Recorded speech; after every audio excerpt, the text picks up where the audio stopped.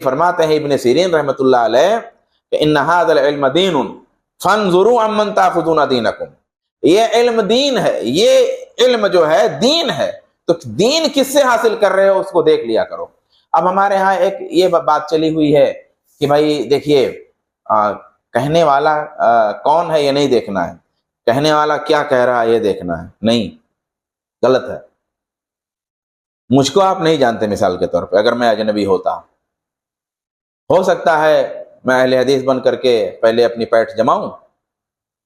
اس کے بعد جب میرے معتقد ہو جائیں لوگ اور مجھ کو ماننے لگ جائیں، سلام دعا گہرا ہو جائے، محبت پیدا ہو جائے لوگوں کے دلوں میں، تب دھیرے سے کوئی فتنہ ڈال دوں،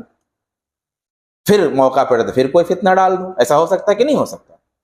تو بھائی کسی اجنبی ڈاکٹر کے پاس تو کوئی نہیں علاج کرانے جاتا، پہلے معرفت ملتی ہے کہیں نہ کہیں سے، کچھ ریفرنس ملتا ہے، تو ریفرنس کی بہت ضرورت ہے۔ کوئی بھی آدمی دین کی بات کر رہا ہے اور ہمیں اس کے بارے میں نہیں پتا ہے کہ اس کے اساتذہ کون ہیں، اس نے تعلیم کہاں سے حاصل کی، اس نے پڑھائی کہاں سے حاصل کی، یہ کہاں کا ہے۔ آج کے زمانے میں تو اور یہ مسئلہ ہے، آج کے زمانے میں تو اور دھیان دینا ہے، دیکھنا پڑے گا کہ کون ہے یہ بات کرنے والا، نہیں صرف اتنی بات کافی نہیں کہ کیا کہہ رہا ہے، کون ہے نہیں دیکھ، نہیں، کون ہے یہ دیکھیں گے۔ ہو سکتا ہے وہ آدمی کے پاس علم تو ہے لیکن متقی نہ ہو سکتا ہے اس آدمی کے پاس علم تو ہے، قرآن کی آیت تو یاد ہے، حدیث تو یاد ہے، لیکن اپنے مسجد میں امام رکھ رہا ہوں، ہو سکتا ہے وہ فراڈ ہو تو رکھ لیں گے اس کو، نہیں، دیکھنا پڑے گا کون ہے۔ اس کی قرأت اچھی ہے، خالی قرأت اچھی کی وجہ سے اس کی امامت پہ لگا دیں گے، نہیں، حدیثیں اس کو بہت اچھی یاد ہے، اس کی بنیاد پہ ہم اس کا مسجد کا امام رکھ لیں گے، نہیں، ہم جانیں گے یہ کون ہے۔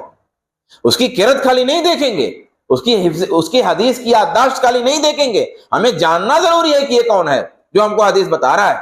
ہم کو قرآن بتا رہا ہے، ورنہ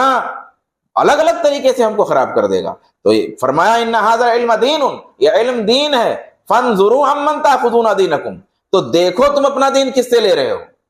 تو یہ جو بات ہے نا، یہ جو ایک بات پھیلی ہوئی ہے نا، غلط بات پھیلی ہوئی ہے،